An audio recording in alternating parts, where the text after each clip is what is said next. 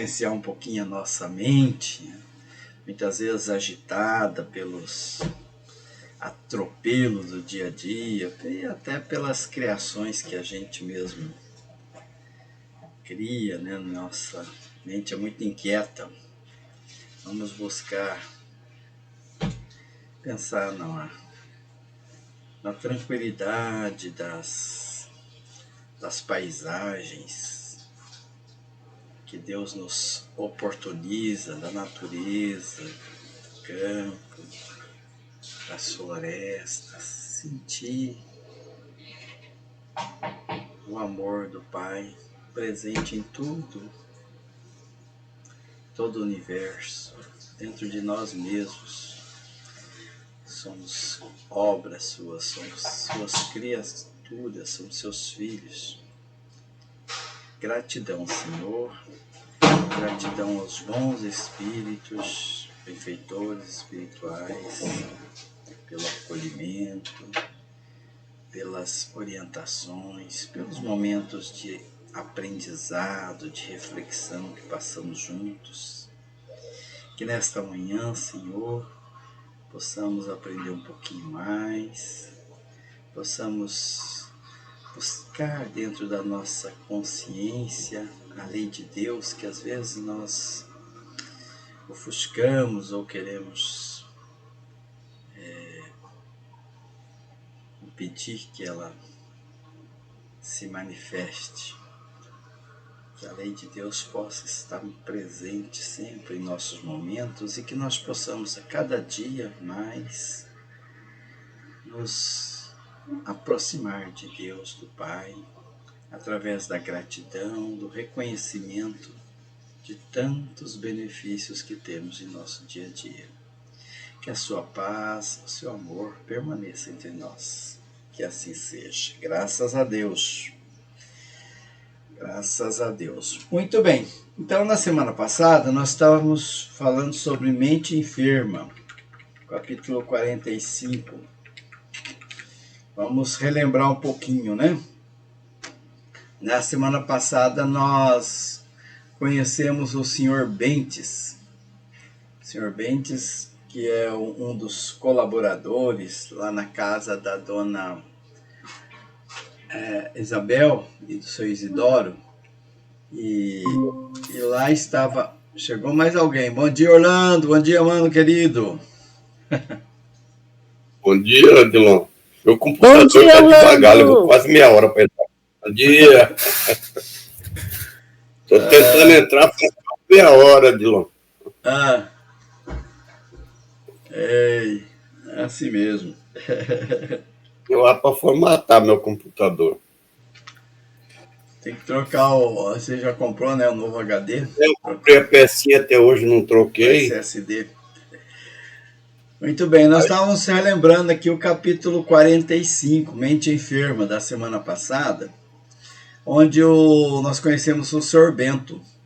No texto aqui ele coloca doutrinador daquele grupo, né? Hoje a gente não usa mais esse termo, que faz a conversa fraterna e tal, entre as pessoas.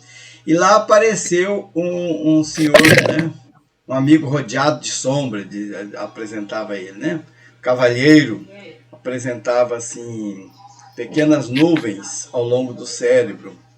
E ao conversar com ele, né? Percebeu-se que ele questionava mesmo, né? A questão da doutrina espírita, questionava se era verdadeiro mesmo, que tinha muitos embustes, e ele não acreditava muito porque ele era uma pessoa estudioso das verdades científicas, e ele dizia que o mediunismo, né, estava em mãos como de os médios, né, que muitas vezes burlava, charlatanismo havia muito, a mistificação, né, mistificações sutis. E então esse senhor, o Dr. Fidelis, ele disse que não concordava, e ele tinha ido ali para receber uma mensagem, né, uma mensagem espiritual, mas ele estava sem a crença, né? Então, o Sr. Bentes foi o que começou a orientar ele, né, a falar sobre as verdades da doutrina espírita, sobre o método de Kardec, que não era um método colocado nas mãos de alguns médiuns, mas era muito maior que isso, que é muito maior a doutrina espírita do que está preso a alguns médiuns. É claro que tem médiuns que falseia de forma involuntária, outros de forma propositada mesmo, né? Tem de tudo. Em todo lugar tem pessoas que usam da mediunidade de forma a mistificar, mas a Kardec tinha sido muito criterioso e que a gente deveria também olhar mais para as verdades sublimes da doutrina espírita, aquela que é verdade que vem tocar o nosso coração, né? E que a gente precisa estar com o vaso, né, o vaso da nossa mente limpo para receber as águas puras. E a ciência, ela é bem-vinda, mas a gente precisa entender que nem tudo, né, ela ainda conseguiu avançar, né? Ainda está sendo descoberto muitas coisas. E a gente, então, ele chamava a atenção do Dr. Fidelis para o Evangelho do Nosso Senhor, né? Mas ele continuava irredutível. O ironia, né? Ele, quando o Bentes, com muita amorosidade, muita tranquilidade, falava com ele, ele demonstrava uma vaidade, né? E meio que ofendido por tudo aquilo. E Bentes, então, conversava com ele, né? Mas para que aqueles que estavam ouvindo à sua volta também se conscientizava da importância, né, da doutrina espírita, da importância desse nova revelação. E fazia algumas considerações, né, que é preciso que nós limpemos os nossos corações para poder receber as grandes verdades. Mas ele, assim mesmo, ele não saiu dali convencido. Ele falou, eu quero ver se vai realmente acontecer alguma coisa nessa reunião e se eu vou ter as respostas que eu espero. Ele continuava descrente. É interessante essas questões, né, que ele estava no mundo espiritual. Ele estava, embora encarnado, né, mas ele estava em sonho, conversando com o Sr. Bentes. Mas é assim, né? As pessoas que têm as dúvidas, você não convence ele muito fácil, não. Pode vir com muitas provas, comprovações que eles não aceitam. Então ele estava lembrando aqui que muitos desses estudiosos, né, se prende muito a teorias e tudo mais e despreza o mais importante, que é a semente. Despreza a semente.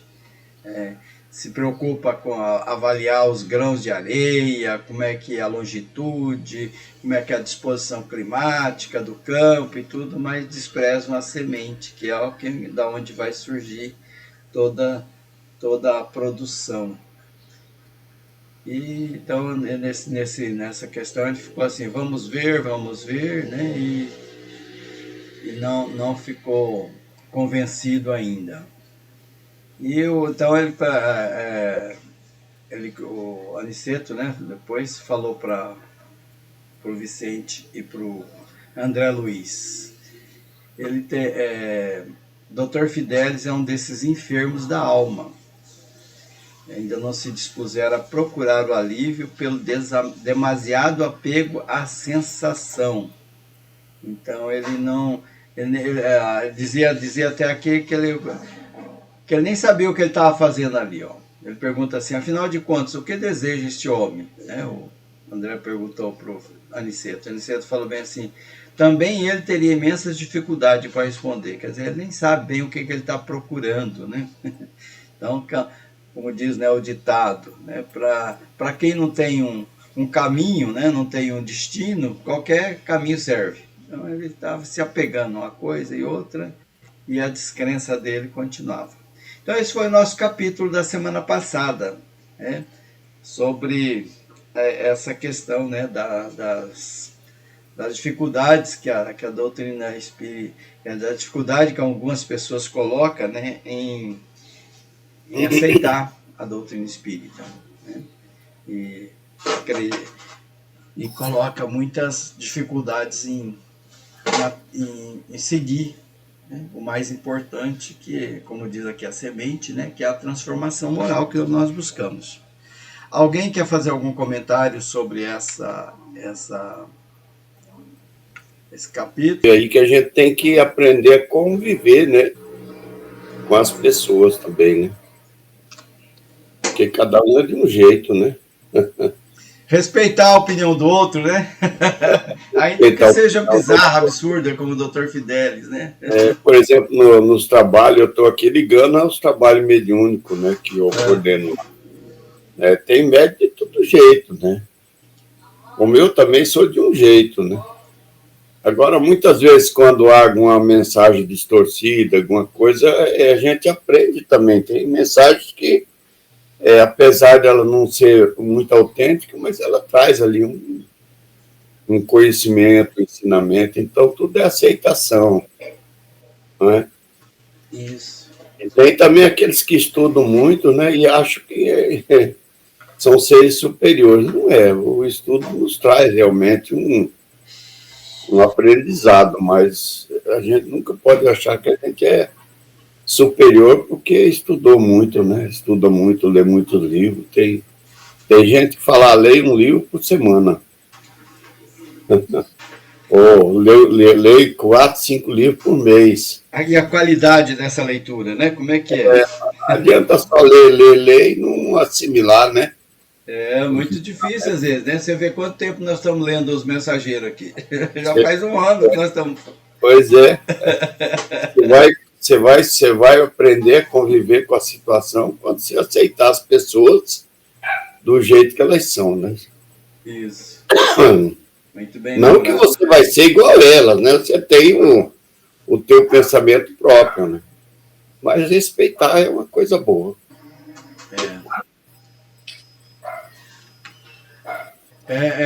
O Orlando tocou nessa questão dos médios aí, né, e da aceitação e tal. Eu me lembrei também que na semana passada nós comentamos sobre essa questão da mistificação e também do animismo. O animismo, ele está presente em todos os médios, né? Chico Xavier mesmo dizia, tem participação minha também, né? Nenhuma mensagem ela é pura. Então não é questão, às vezes o espírito ele usa dos recursos da mente do médium para se manifestar. E ali tem alguma coisinha do médium também. Mas a gente tem que saber que muitas vezes, a maioria das vezes, né, os médios até ele tem aquela participação dele inconsciente, né, na mensagem. Ela não é 100% pura, mas ali tem um instrumento que está sendo utilizado. Eu até me surpreendi quando eu li sobre isso aí, né? Porque eu sempre achava que, por exemplo, o médium consciente era puro, né? Mesmo o consciente diz que ainda tem a participação do médium, né? Pequena, mas tem, né? Então a gente tem que considerar também essas questões todas, né? E quando a gente vai entendendo, vai estudando, a gente vai... Essa mediunidade inconsciente, ela é rara. É rara, Muito rara. O André tinha, né? Meu filho. Mas é muito rara demais. Vai? Não, Helena, eu não vou na casa espírita, é você. Eu vou ficar aqui no nosso estudo. Bolinha pra você. Eles já estão pra cá, já desceram, já foram. Vai, deixa eu estudar aqui. Minha neta, ela veio aqui conversar um pouquinho. Bom dia, João Dalmolin, seja bem-vindo. João, provavelmente ele não vai poder conversar porque ele está com os fones de ouvido, trabalhando lá no Monte Líbano. Ou não? Tá sem som, João. Acho que o seu microfone está desligado, talvez. Estava mal conectado. Não estava bem conectado. Bom dia. Vou acompanhar aqui com o microfone e a câmera ligada. vou estar fazendo aqui algumas atividades. Tá certo. Duas coisas ao mesmo tempo. Muito bom. Maravilha. Maravilha. Seja bem-vindo. Ótimo estudo para nós todos. Para todos nós. Então agora nós já recordamos o 45, vamos para o 46, que é o capítulo desta manhã. Capítulo 46, cujo título é Aprendendo Sempre. Aprendendo Sempre. Agora nós vamos aí por dentro de uma reunião mesmo espírita, uma reunião mediúnica, né? Que não sei se vocês estão lembrados, né, que a casa da Dona Isabel, ela tinha o culto, né, e tinha uma salinha lá especial para eles fazerem essas atividades, que até o filho dela, lá naquele capítulo anterior, queria alugar aquela sala e tal, né, para ele melhorar a renda da família e tudo mais. E ela falou, não, o Isidoro já fazia as reuniões aqui, nós vamos manter. Então, na casa dela funcionava o quê? Um centro espírita. Naquela época era meio complicado, né? Tinha um centro espírita ali. Então, além do culto cristão no lar, né, tinha as atividades outras, né, que tem numa casa espírita, de mediunidade e tudo mais. E nessa noite ia acontecer essa reunião, lá na casa dela. Então aqui nós vamos nos inteirar de como que funciona uma reunião espírita, né, numa casa espírita. Naquela época era muito complicado, né, talvez não tinha disponibilidade de locais, né, não vamos nos esquecer que era 1940, além dos preconceitos, a dificuldade da doutrina espírita era muito maior, né, a maioria de nós espíritas até tinha certo cuidado de falar sou espírita, né, porque era visto de uma forma muito preconceituosa por muitos da sociedade, né? Hoje ainda tem, mas bem menos. Naquela época era muito mais complicada. Ia fazer, né, faltava 1 hora para o início da preleção evangélica, então ia ter um momento da preleção evangélica, que o senhor Bentes, aquele que falou com o Dr. Fidelis, né? Não, Fidelis de fidelidade, né? Fidelis, e ele que ia ser um dos que iam fazer a preleção evangélica naquela noite. Então reuniam-se ali, 35 individualidades terrestres, está dizendo aqui, né? 35, por que eu não estou conseguindo?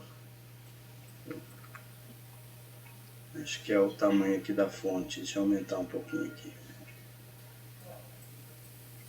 Acho que agora fica melhor. Então ali reunia 35 pessoas, né, encarnadas, né?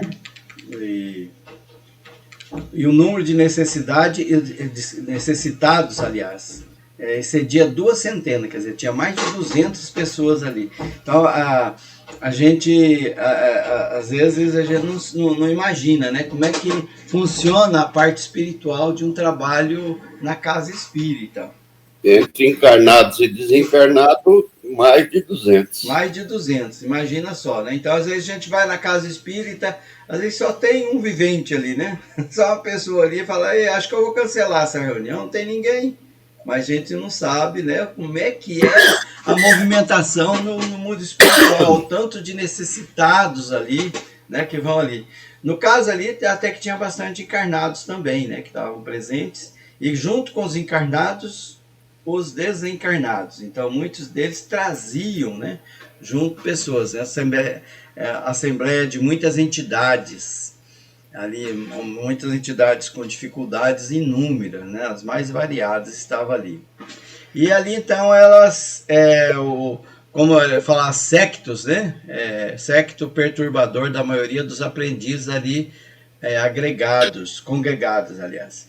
Então, eles teve todo um trabalho de vigilância, de controle, para poder a reunião transcorrer de forma harmônica, porque senão ali poderia ter espíritos até que poderiam causar algum tipo de desequilíbrios na reunião. Então, na parte espiritual tinha todo um trabalho de vigilância e colocar barreiras energéticas aqui e ali para evitar que a reunião pudesse ter algum tipo de problema.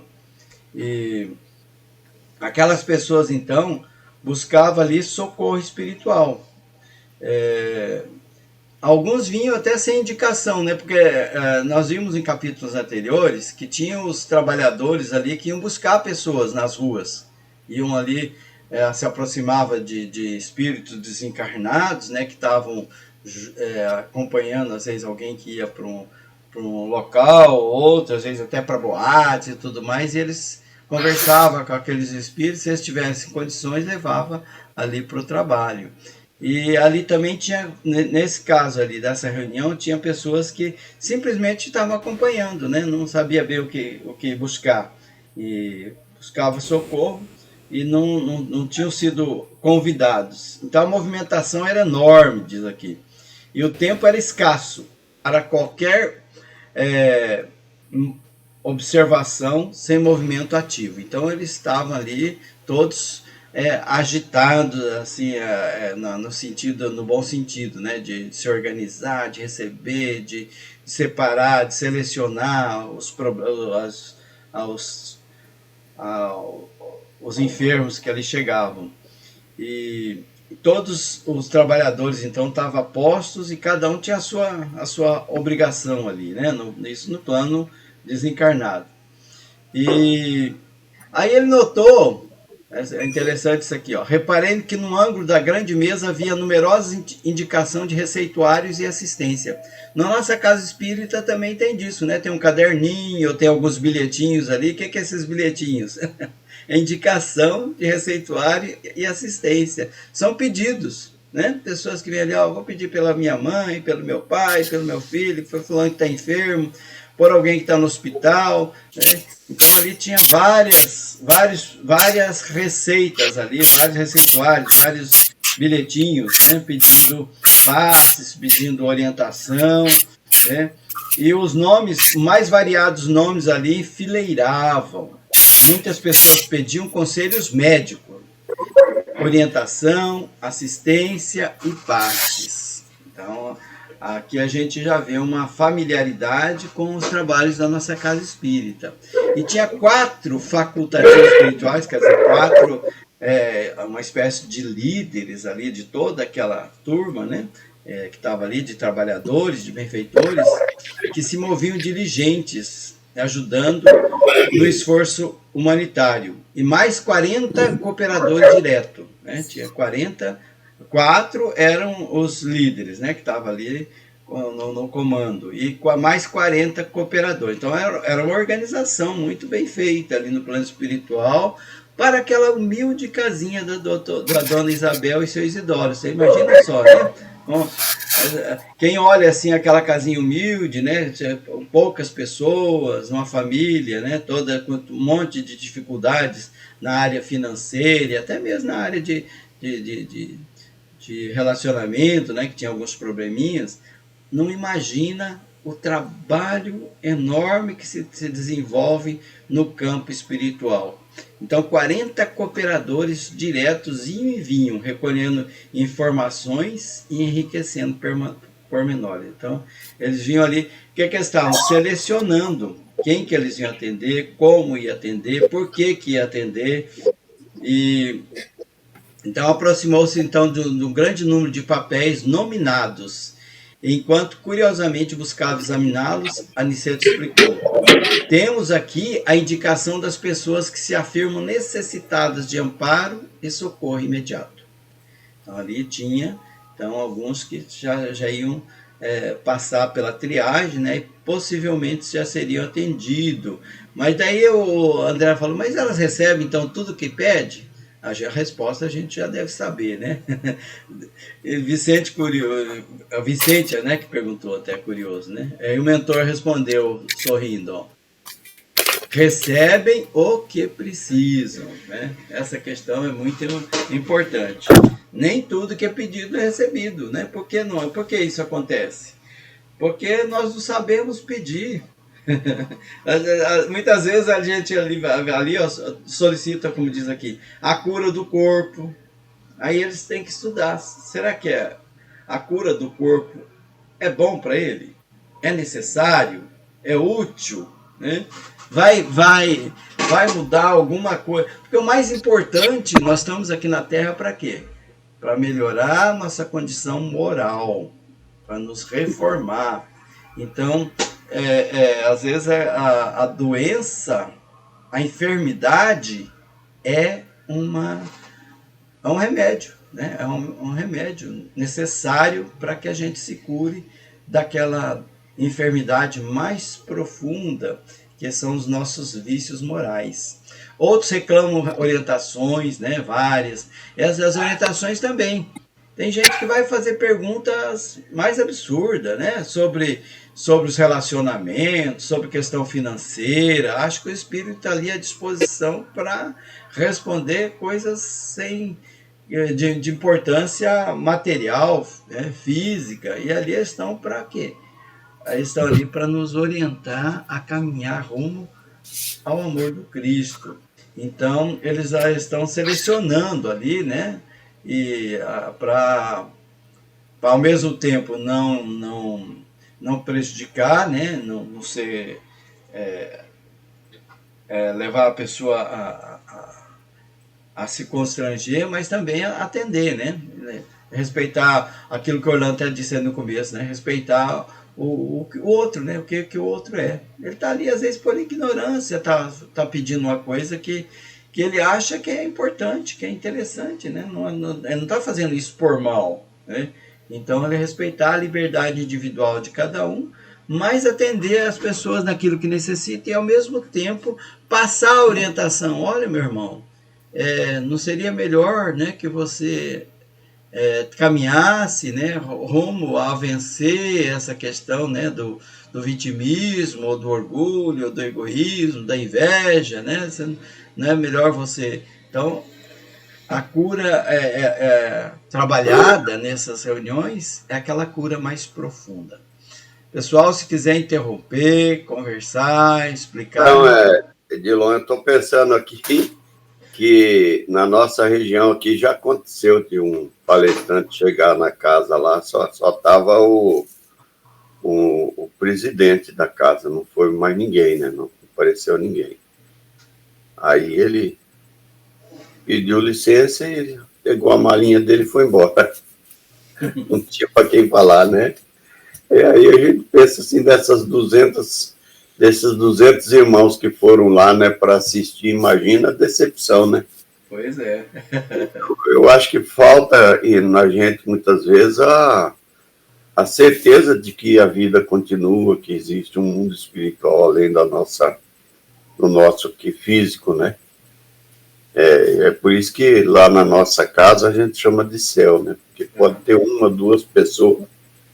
A gente faz a palestra com aquela eloquência, né?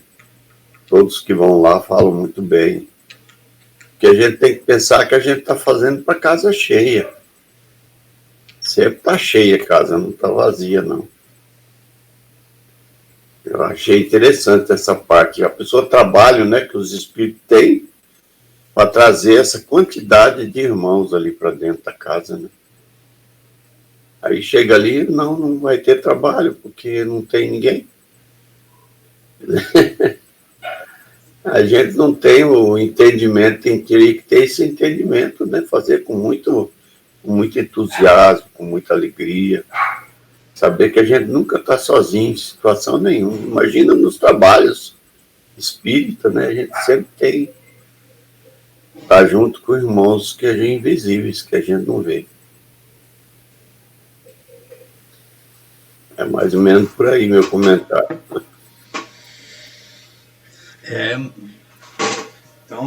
Então aqui a gente tem uma descrição bem ampla, né, sobre isso. Talvez até a gente... Dona Diva, seja bem-vinda. Seu microfone está desligado. Se a senhora quiser falar alguma coisa. Bom dia. Bom dia. Bom dia, minha comadre Diva. Acho que ela está com o microfone desligado. Talvez ela não consiga ligar. Mas já entrou, imagino que já está nos ouvindo. Que bom. Seja bem-vinda.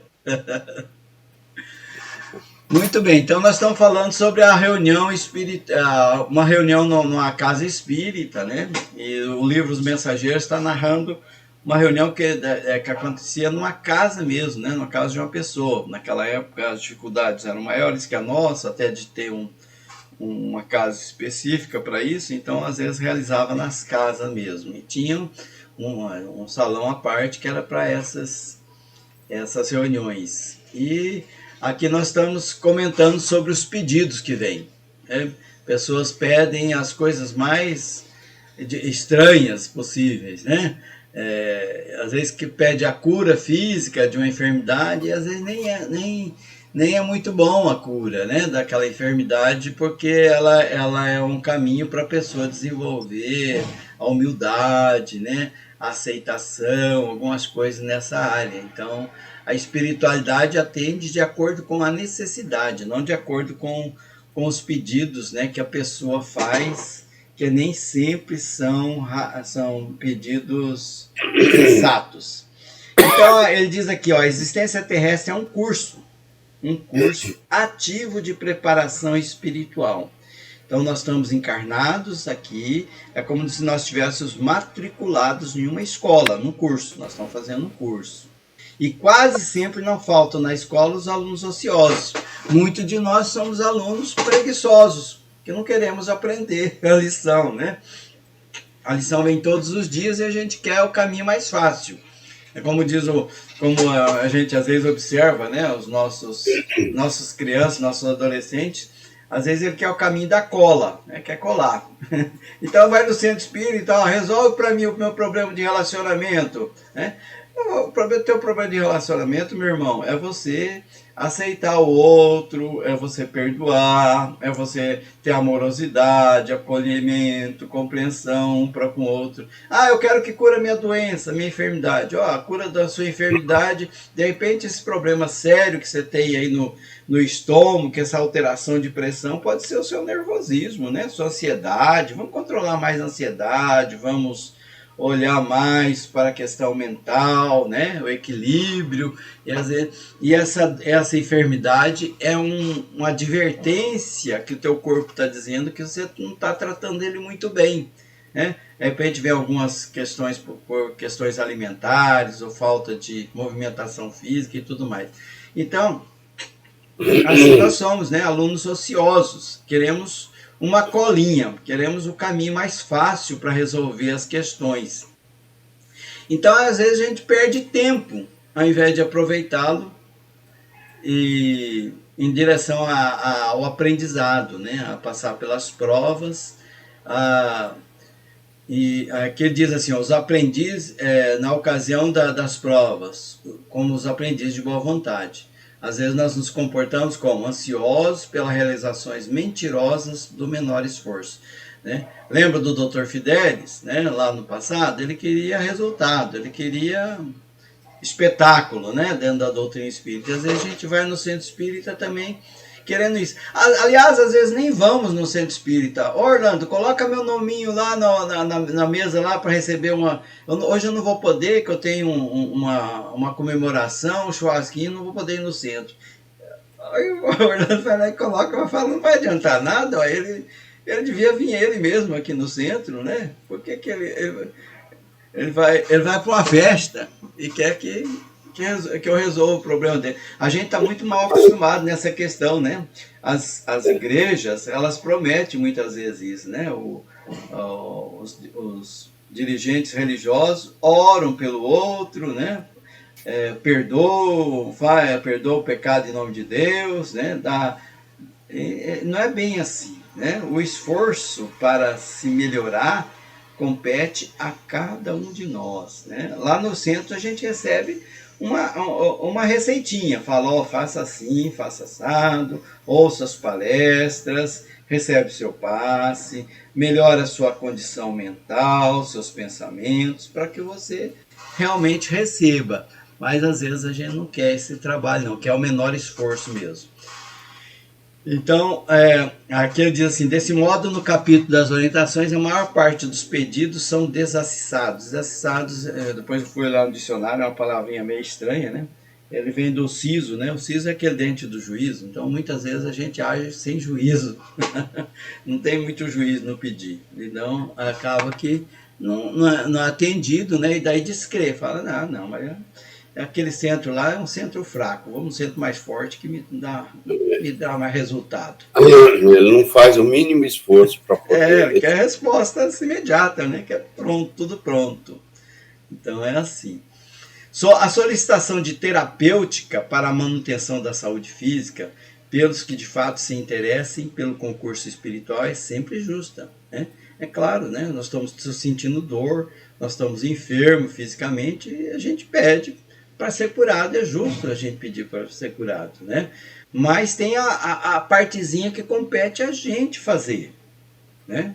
Tem a parte minha, né? Tem a parte que a espiritualidade atua para me ajudar, mas se eu não faço a minha parte, o resultado não vai existir.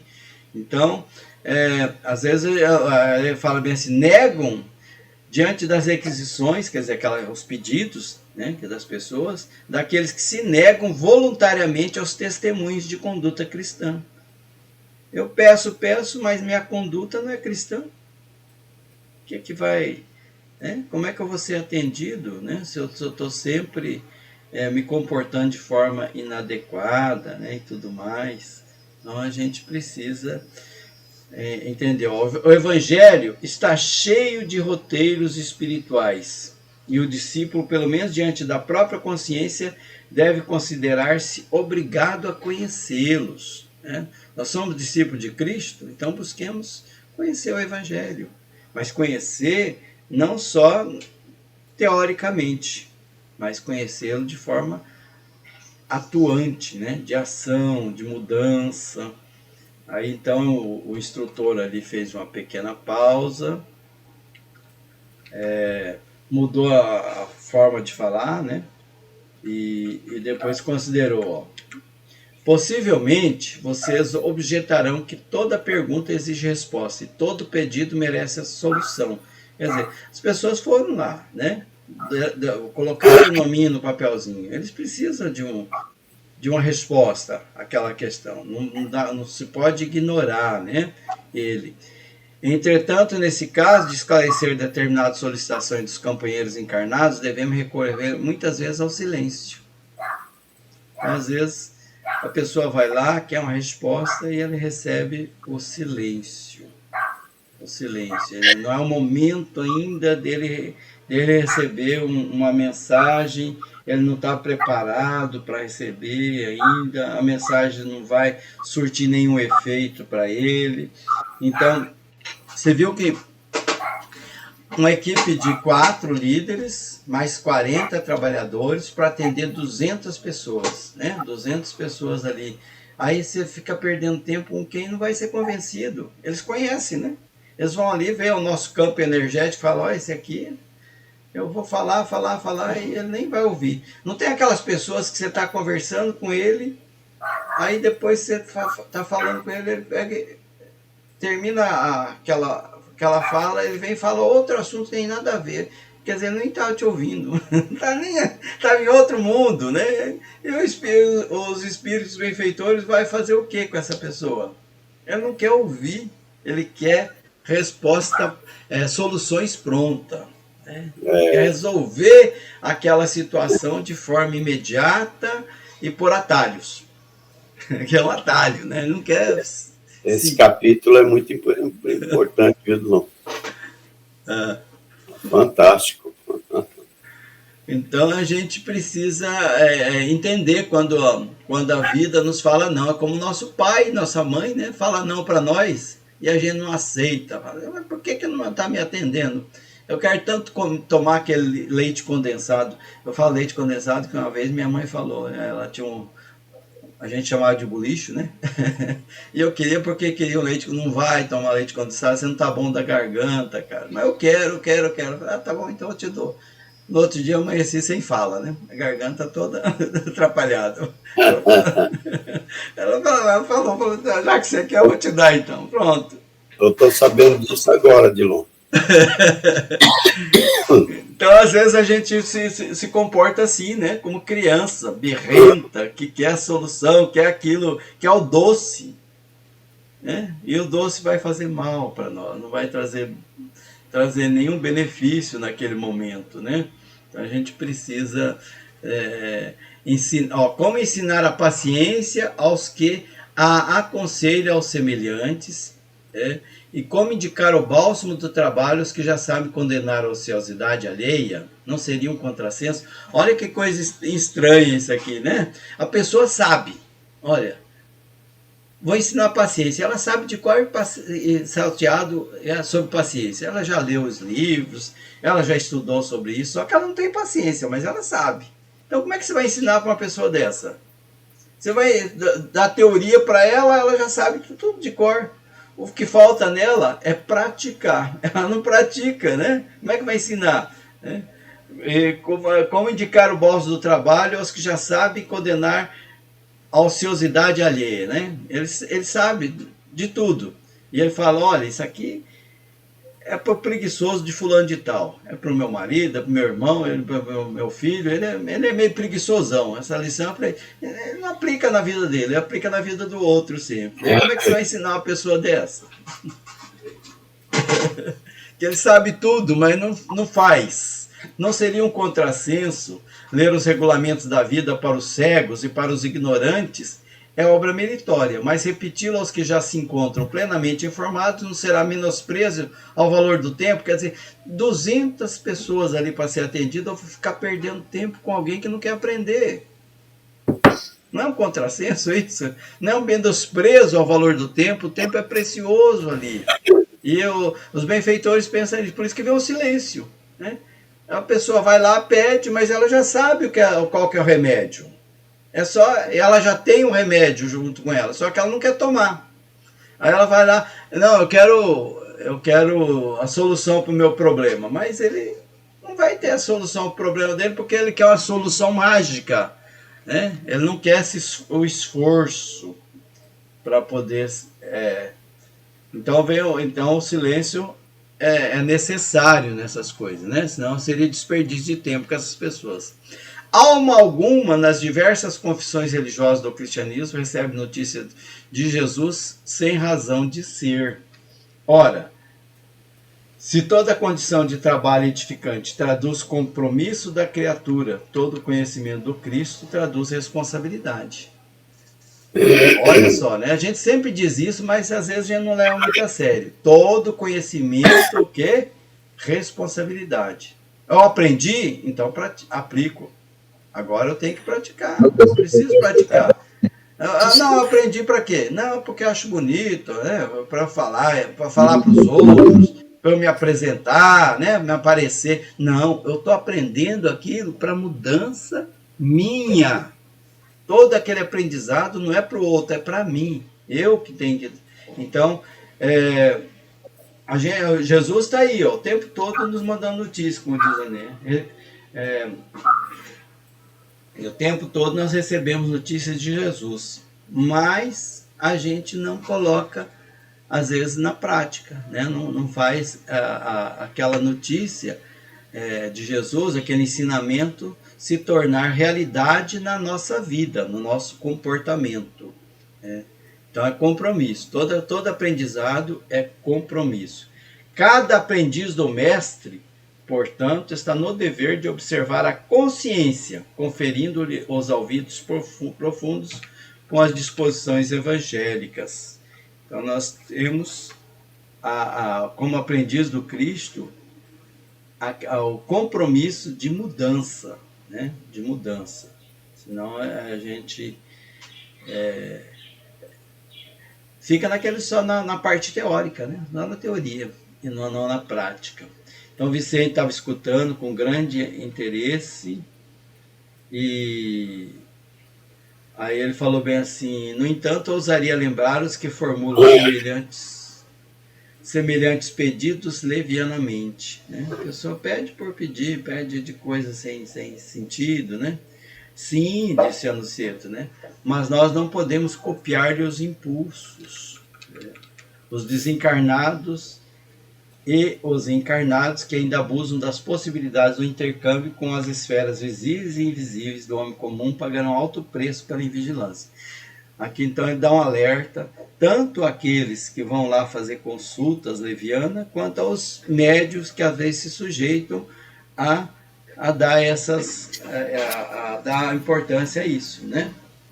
Às vezes tem o médium mesmo que aconselha, vai lá, não, você está com a dúvida, vai lá consultar, né? A dúvida é leviana, né? Não é coisa importante, e vai lá que você vai receber um conselho, né? Então, aqui ele dá uma advertência, ó, pagarão alto preço pela invigilância, né? O intercâmbio entre mediúnico é uma coisa muito séria, não é brincadeira, né? E às vezes a pessoa vai lá para fazer perguntas sem importância. E aí ele fala, e como que a gente responde a esses pedidos, né? Porque eles vêm, né? As pessoas vêm perguntar aos espíritos coisas sem sentido. E como é que os espíritos devem se comportar quanto a essas perguntas, né? Porque eles precisam ser amorosos, né? Ser caridosos, né? Aí ele diz aqui, ó, alguns raros, esclareceu nosso orientador, merecem o concurso de nossa elucidação verbal. Tem algumas situações que realmente, às vezes, merece, né, uma resposta. Na hipótese de se referir aos interesses eternos do espírito. Então, tem alguns ali que vêm pedir conselhos para mudança mesmo, né? Eu estou com dificuldades, né? Daí você vai lá e adverte ele, né? Então o espírito vai lá e adverte, ó, do meu irmão, dá uma olhada no seu orgulho, como é que tá, né? Esse comportamento pode ser um comportamento de inveja, né? Verifica aí o seu interior, como é que tá isso aí, né? Às vezes eles dão uns puxãozinhos de orelha, né? É uma elucidação verbal. Na hipótese de se referir, então, aos interesses internos dos espíritos, quando isso seja possível. Então, a pessoa vai com uma pergunta meio absurda e ele dá uma resposta dentro daquilo que a moral ensina, né? E ele precisa receber aquela resposta, e às vezes aquela resposta chama a atenção da pessoa e ela começa a trabalhar o interior dela, né? Entretanto, quase sempre é indispensável nada responder de maneira direta, auxiliando aos interessados na pauta de nossos recursos em silêncio, mesmo porque não temos grande tempo para relembrar a irmãos encarnados certas obrigações que lhes não deviam escapar da memória para a felicidade de si mesmos. Então, nem sempre, né, eles dão a resposta.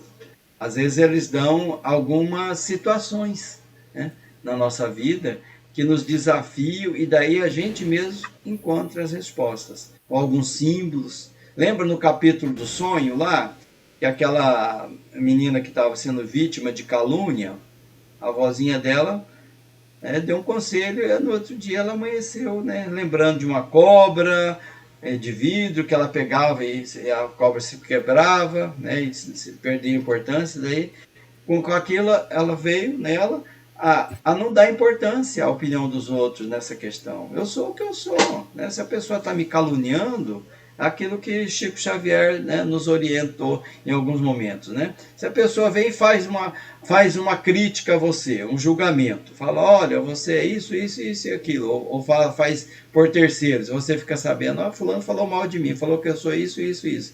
Qual que é o seu comportamento? É verdade? Bom, se é verdade, eu devo até agradecer e modificar meu comportamento. É mentira? Deixa pra lá. É a opinião dele. Eu sou o que eu sou, né? Então, é sempre isso, né? A cobra, né, que é o de vidro, que se desfaz na mão. Se eu dar importância para ela, ela vai me causar dano. Se eu não der importância, ela vai se desfazer por si mesma. A calúnia tem a verdade prevalecerá. E se eu estou sofrendo isso, às vezes é porque alguma outra aprendizado eu preciso ter, né? Do meu orgulho, de repente, eu preciso vencer o orgulho, a arrogância, um monte de coisa que a gente carrega, um monte de besteira, né? Muito bem, então ele fala bem aqui, né, nessa questão aqui do silêncio, que às vezes é preciso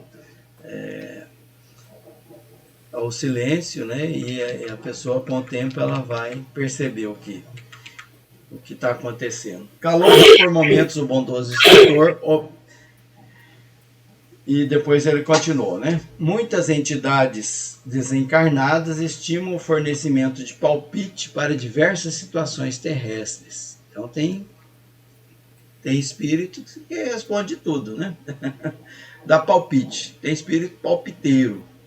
Mas esses pobres amigos estacionam desastradamente em questões subalternas, incapazes de uma visão mais alta, em face dos horizontes infinitos da vida eterna, convertendo-se em meros escravos de mentalidades inferiores encarnados na Terra.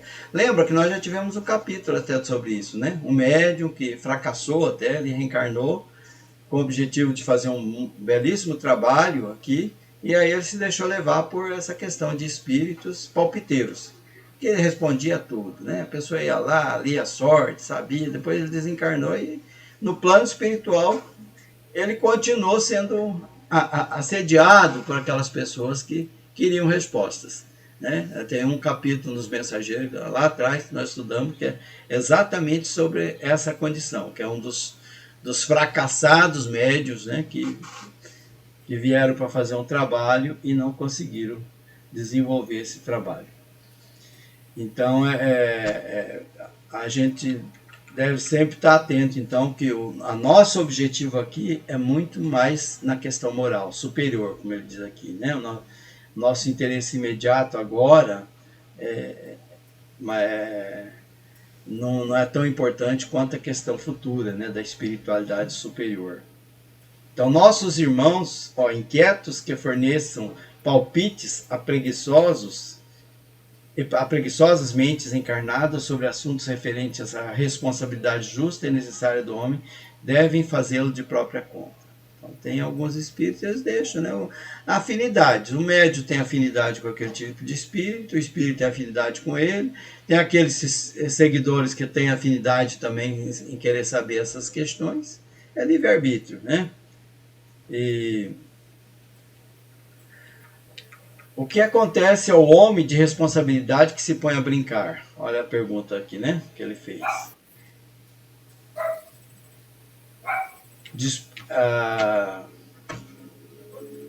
Nesse instante, um dos clínicos espirituais, aproximando-se, foi gentilmente saudado por Aniceto, que lhe disse depois de apresentar-nos: disponha de nossa colaboração humilde. Aqui estamos na qualidade de médicos itinerantes, pronto ao concurso ativo. Vem do nosso lar? Sim, respondeu Aniceto. Aí, então, ele não, na verdade, ele não deu uma resposta a essa pergunta, né? Provavelmente no próximo capítulo a gente vai ter. Aqui termina o capítulo. Pois bem, considerou ele: se possível, estimarei receber o auxílio após a reunião para 2 casos urgentes. Trata-se de uma jovem desencarnada hoje e um agonizante, meu amigo. Então, isso aqui já são situações para os próximos capítulos, né? O próximo capítulo nós vamos ter provavelmente essas 2 situações aqui, né? Uma pessoa recém-desencarnada, um atendimento, e uma outra que está agonizante. Provavelmente vão ajudar no desencarne dessa pessoa. Sem dúvida, acentuou nosso orientador solícito. Aguardaremos suas indicações. E com isso nós terminamos o capítulo dessa manhã.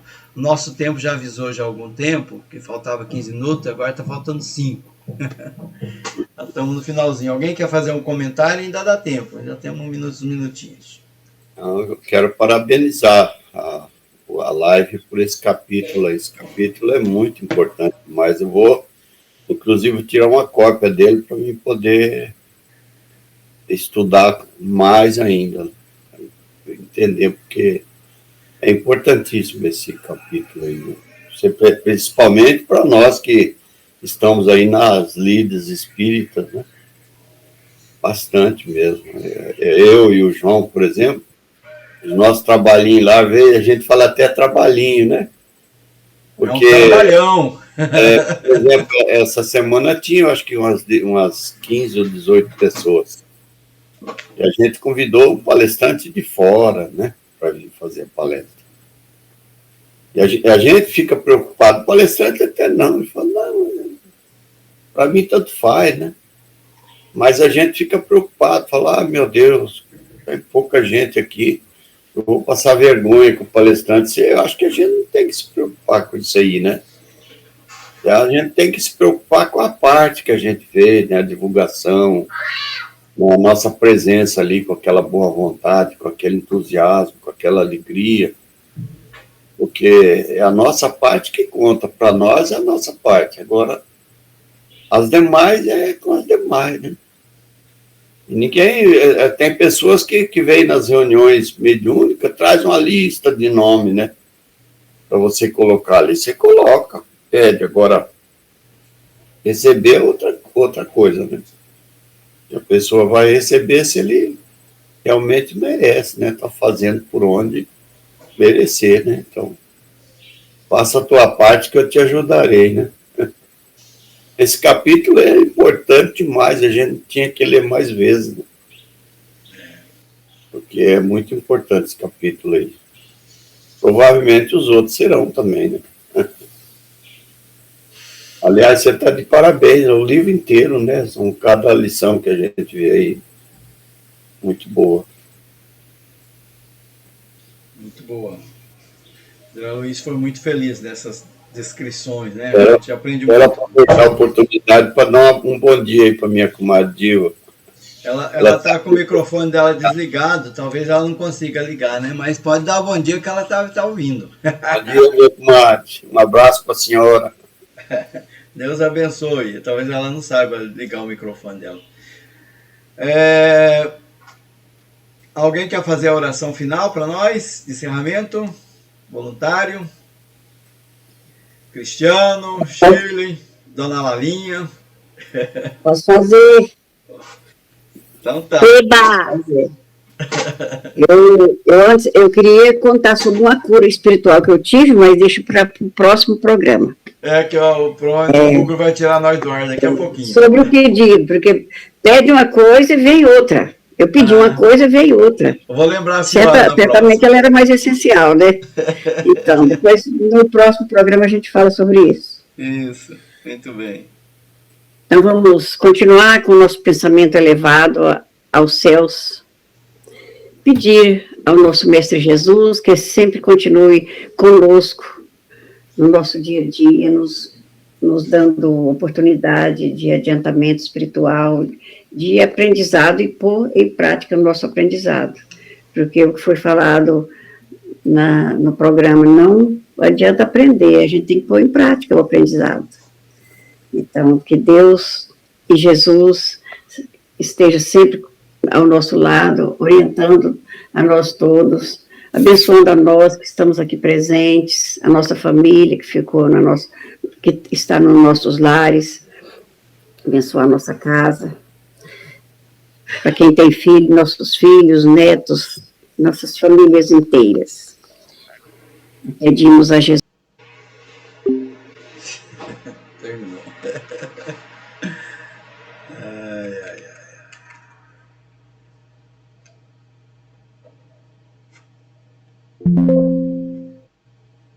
Ai.